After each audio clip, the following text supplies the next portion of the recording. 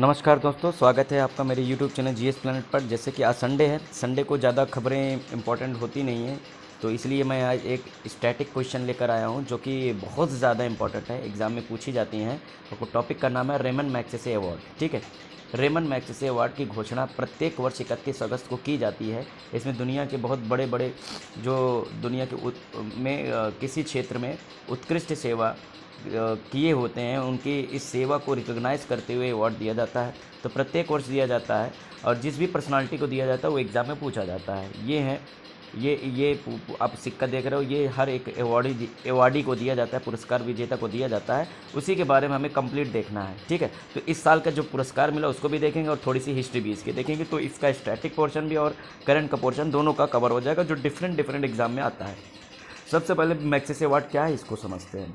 Instituted in 1957 and named after Ramon Magsaysay the former president of Philippines. तो यहाँ पर एक प्रश्न बनता है कि रेमन मैग्सेसे अवार्ड किस देश के राष्ट्रपति के नाम पर दिया जाता है। तो 1957 में इसकी शुरुआत हुई थी और फिलीपींस के जो पूर्व राष्ट्रपति थे उनका जन्मदिन पर ये अवार्ड दिया जाता है। और उनके जो पूर्व राष्ट्रपति थे उनका नाम क्या था, रेमन मैग्सेसे। ठीक है, तो किस देश के द्वारा दिया जाता है, ये फिलीपींस के द्वारा दिया जाता है। फिलीपींस की बात करें, फिलीपींस में जो है एक अंतर्राष्ट्रीय वित्तीय संस्था है एशियन डेवलपमेंट बैंक, जिसे एशियाई डेवलपमेंट बैंक कहा जाता है। उसकी भी स्थापना वहाँ हुई है 1966 में। और फिलीपींस की राजधानी क्या है, मनीला। क्या नाम है, मनीला। और मनीला में एशियन डेवलपमेंट बैंक का क्या है, हेडक्वार्टर भी है। तो ये सब भी चीज़ें पूछ ली जाती है फिलीपींस से। तो फिलीपींस की राजधानी क्या है, मनीला, जहाँ पे एडीबी का हेडक्वार्टर है। और उनके पूर्व राष्ट्रपति रेमन मैग्सेसे के नाम पर यह अवार्ड दिया जाता है। This award is given annually on 31 अगस्त, अर्थात यह पुरस्कार प्रत्येक 25 अगस्त को दिया जाता है। सॉरी, 25 लिखा है क्या यहाँ पे, नहीं 31 अगस्त को दिया जाता है। मैं इसको करेक्ट कर दूंगा। ठीक है, ये 31 अगस्त को दिया जाता है। अभी 31 अगस्त गुजरा है, तो उस दिन जो है अवार्ड की घोषणा हुई थी। Award is given in for outstanding contribution to public services, community leadership, journalism, literature and creative arts and international understanding. यह पुरस्कार अंतर्राष्ट्रीय जीवन में सार्वजनिक सेवा, सामुदायिक नेतृत्व, पत्रकारिता, साहित्य और कला में उत्कृष्ट योगदान के लिए दिया जाता है। समझ में आ गया, अंतर्राष्ट्रीय स्तर का पुरस्कार है। और इस पुरस्कार को एशिया का नोबेल प्राइज़ भी कहा जाता है। ये बहुत इंपॉर्टेंट है। जैसे कि नोबेल प्राइज़ की बात करें तो नोबेल प्राइज़ लगभग 6-7 कैटेगरी में दिया जाता है। इकोनॉमिक्स में दिया जाता है, पीस में दिया जाता है, फिजिक्स में दिया जाता है, फिजिक्स के बाद केमिस्ट्री में दिया जाता है, लिटरेचर में दिया जाता है, मेडिसिन में दिया जाता है। इतने सारे क्षेत्रों में जो दिया जाता है, तो दुनिया में और जो उस क्षेत्र में उत्कृष्ट सेवा दे चुके होते हैं, सिग्निफिकेंट कंट्रीब्यूशन जो कर चुके होते हैं, उनके इस सर्विस को रिकॉग्नाइज करते हुए जो नोबेल प्राइज़ दिया जाता है अंतर्राष्ट्रीय स्तर पर, उसी के तर्ज पर ये एशियाई पुरस्कार है, एशिया में दिया जाता है। लेकिन सिर्फ एशियाई लोगों को नहीं मिलता, पूरी दुनिया में दिया जाता है, अतः इसे एशिया का नोबेल प्राइज़ भी कहा जाता है। तो ये जो फैक्ट है इसे रट लेना, सिंपल सी बात है, एग्जाम में पूछ लिया जाता है। ठीक है, दूसरी बात, 1957 में इसकी घोषणा हुई, तो 57 से लेकर अब तक बहुत सारे भारतीयों को ये पुरस्कार मिला है। 50 मतलब ढेर सारे 40-50 लोगों को मिल चुका है। लेकिन उसमें कुछ फेमस पर्सनालिटी हैं जिनको एग्ज़ाम में पूछा गया है, तो आई थिंक वो फिर से पूछे जा सकते हैं। सबसे पहली बात, पहले भारतीय कौन थे जिनको रेमन पुरस्कार मिला था। तो पहले भारतीय यानी फर्स्ट इंडियन कौन थे, उनका नाम था विनोबा भावे। क्या, विनोबा भावे। विनोबा भावे को ये पुरस्कार 1958 में मिला था। अब विनोबा भावे कौन थे, विनोबा भावे एक गांधीवादी नेता थे। क्या थे, एक गांधीवादी नेता थे। हिस्ट्री में इनका कंट्रीब्यूशन, स्वतंत्रता आंदोलन में इनका कंट्रीब्यूशन रहा है। तो क्या क्या विनोबा भावे से प्रश्न बन सकता है, देखिए 1940 में गांधी जी के सुझाव पर एक आंदोलन हुआ था जिसका नाम था व्यक्तिगत सत्याग्रह। क्या हुआ था, व्यक्तिगत सत्याग्रह। ये इंपॉर्टेंट चीज़ें बता रहे हैं। हमारी आदत है जो चीज़ें जब आती है उसके इर्द गिर्द की चीज़ें भी बता देते हैं।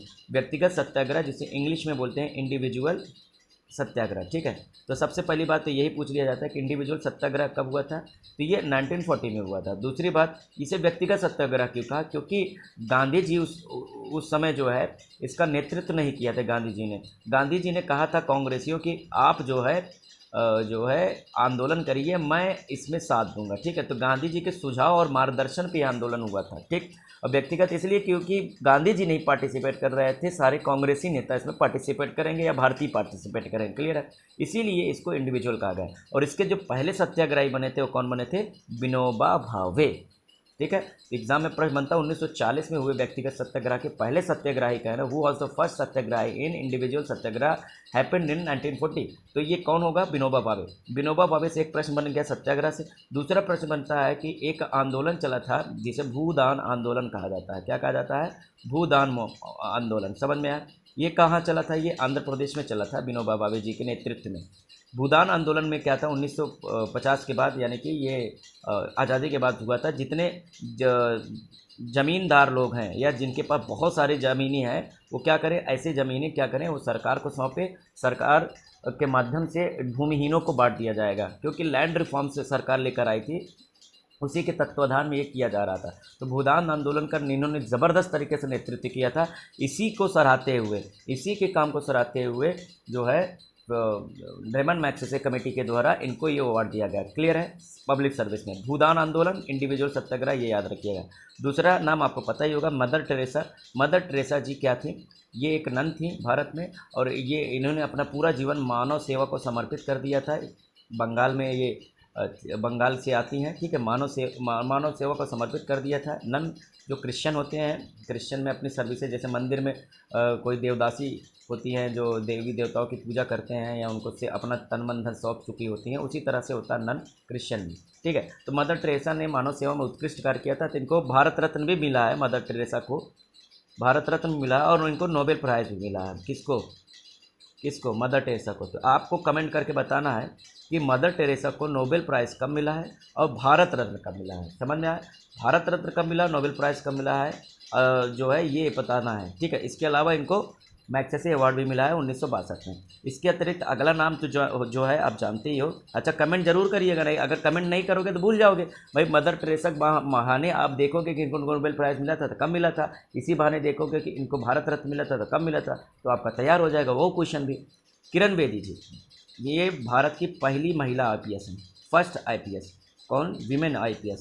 तो और इन्होंने अपने पुलिस सेवा में बहुत सारे उत्कृष्ट कार्य किए हैं। जैसे कि जब ये तिहाड़ जेल की इंचार्ज थी, तो वहाँ के कैदियों के लिए सुधारात्मक कार्य किए थे। इन्होंने रिफॉर्मेटिव कुछ एक्शन लिए थे, जिसकी वजह से कैदियों के जीवन में बहुत बड़ा सुधार आया था। तो इनके इस क्रिएटिव काम को सराहते हुए मैग्सेसे कमेटी ने इनको 1994 में क्या दिया? अवार्ड दिया, ठीक है। अरविंद केजरीवाल जो इस समय दिल्ली के मुख्यमंत्री हैं, इनको अवार्ड कब दिया गया था? 2006 में। क्यों अवार्ड दिया गया था? क्योंकि भारत ने एक एक्ट लाया था 2005 में, जिसे बोलते हैं RTI एक्ट। क्या लाया था? RTI एक्ट, जिसे राइट टू इन्फॉर्मेशन एक्ट कहा जाता है, यानी सूचना का अधिकार। सूचना अधिकार का मतलब होता है, अच्छा ये भी प्रश्न बन सकता है कि सूचना का अधिकार कब आया था?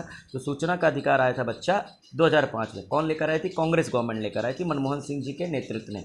ये क्या था?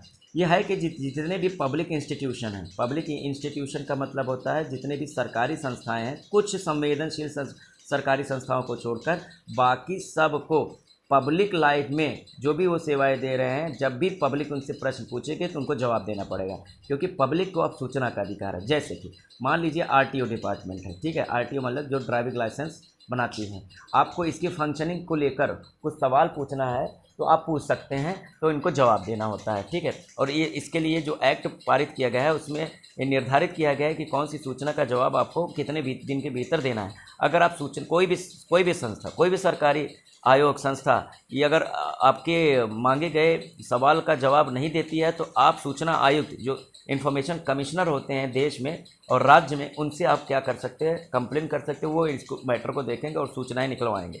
तो बहुत ही महत्वपूर्ण ये विधेयक था, यह कानून था, जिसकी वजह से भारत में भ्रष्टाचार को रोकने में या उसे कम करने में बड़ा महत्वपूर्ण योगदान में मिला। क्योंकि अब हर पब्लिक के पास एक राइट है जिससे वो सभी सरकारी जो आवश्यक गतिविधियाँ उसकी इन्फॉर्मेशन ले सकती हैं। समझ में आया? जैसे कि एक और चीज़ है, जैसे मान लीजिए कोई हाईवे बना, ठीक है, कोई हाईवे बना 60 किलोमीटर का, लगभग 120 करोड़ का, ठीक है। तो आप RTI फाइल करके जो है NHAI यानी national highway authority of India से पूछ सकते हैं भैया इसमें पैसा कितना खर्च हुआ है। पैसा के साथ साथ आप बिल भी मंगा सकते हो। जब बिल सरकार भेजेगी तो आप बिल को जो है क्रॉस टैली भी कर सकते हैं, तो इससे पता चल जाएगा कितने का गबन हुआ है। तो बहुत सारे जो करप्शन के केसेस हैं उनको दूर करने, उनको मतलब पकड़ने में इस एक्ट का योगदान रहा। अब बात करते हैं अरविंद केजरीवाल जी का क्या संबंध है। तो RTI एक्ट जो आया था उसको लाने में एक आंदोलन हुआ था। अन्ना हजारे जी के नेतृत्व में अरविंद केजरीवाल जी ने बहुत ही ज़बरदस्त तरीक़े का नेतृत्व किया था। तो उनके इस काम के लिए कि इनकी वजह से आरटीआई एक्ट लाया गया और बाद में इन्होंने फिर क्या किया, बहुत सारे आरटीआई एक्ट करके आरटीआई एक्ट का इस्तेमाल करके बहुत सारे सूचनाएं निकाले जिससे करप्शन का पता चला, इसलिए जो है इनको ये अवार्ड दिया गया। अगले जो हैं सोनम वांगचुक, अभी लेटेस्ट है 2018 में। सोनम वांगचुक आप लोग देखे होंगे, ये लद्दाख के एक जो है स्कूल टीचर हैं, हालांकि ये साइंटिस्ट भी है और स्कूल टीचर भी हैं। आप लोग देखा होंगे, बहुत ही बेहतरीन फिल्म है 3 इडियट्स, उसमें आमिर खान ने फुनसुक वांगडू का किरदार जो निभाया था, ये इनके किरदार से प्रेरित है। फुनसुक वांगडू का किरदार किससे प्रेरित है? सोनम वांगचुक। ये गरीब बच्चों को पढ़ाते हैं, पूरे लद्दाख में ये एजुकेशन की क्रांति ला चुके हैं और ये अपने दम पर लाए हैं, इसलिए इनकी इस सेवा को सराहते हुए ये पुरस्कार दिया गया है। भरत वातवानी को भी 2018 में मिला था ये पुरस्कार और ये मैथमेटिशियन है। मैथ में यानी गणित में इनका बेहतरीन योगदान रहा है, इसलिए इनको अवार्ड दिया गया। और इनका नाम तो आप जानते होंगे, चाहे आप इनसे नफरत करें, चाहे इन्हें सम्मान दें या प्रेम करें, लेकिन रवीश कुमार को इग्नोर नहीं कर सकते, क्योंकि रवीश कुमार जी को 2019 में पत्रकारिता में उत्कृष्ट सेवा के लिए इनको पुरस्कार दिया गया, क्योंकि ये सरकार से प्रश्न पूछते हैं, विपक्ष से नहीं।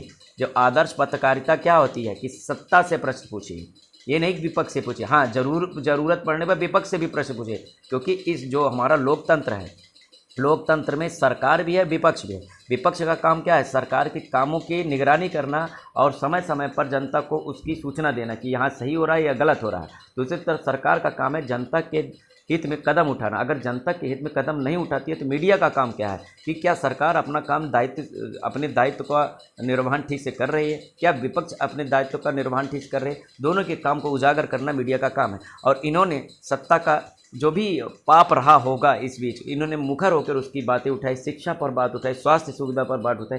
इनका कार्यक्रम जो प्राइम टाइम था काफ़ी फेमस हुआ। बहुत सारे लोग इनको देशद्रोही भी बोलते हैं, वो सब मूर्ख हैं।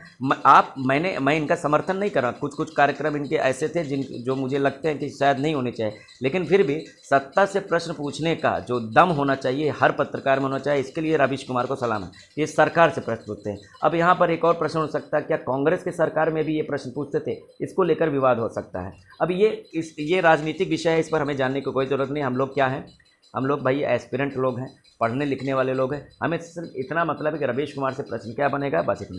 तो रवीश कुमार का प्रश्न बन सकता है। 2019 में इनको रेमन मैग्सेसे अवार्ड दिया गया। अब चूँकि 2020 आया, 2020 में कोरोना की वजह से रेमन मैग्सेसे अवार्ड की घोषणा नहीं हुई। अब 2021 में घोषणा हो चुकी है। तो 2021 में किसको अवार्ड मिला है ये नोट कर लीजिएगा और एकदम रट्टा होना चाहिए। सबसे पहला अवार्ड ये किसको दिया गया है? मोहम्मद अमजद साकिब। ये क्या है? ये पाकिस्तान के वित्तीय माइक्रो फाइनेंस, समझ रहे हो, सूक्ष्म वित्त को समझने वाले एक बेहतरीन जो है ये अर्थशास्त्री हैं। समझ में आया? लिखा है a visionary who founded one of the largest micro finance institution in Pakistan servicing millions of families. मतलब जो सूक्ष्म वित्त होता है, माइक्रो फाइनेंस का मतलब समझ रहे हो? माइक्रो फाइनेंस मतलब जो छोटे स्तर के लोन दिए जाते हैं, जैसे 50,000 का लोन, 1 लाख लोन, 2 लाख का लोन, ये छोटे स्तर के लोन, इसको कैसे इंस्टीट्यूशनलाइज किया जाए, संस्थागत तरीके से बांटा जाए, इसको लेकर इन्होंने बेहतरीन काम किया। इसलिए इनके इस काम को सराहते हुए ये अवार्ड दिया गया। तो एग्ज़ाम में प्रश्न बन सकता है, सीधे इनका नाम पूछ सकता है, और दूसरा इनका नाम पूछकर आपसे इनकी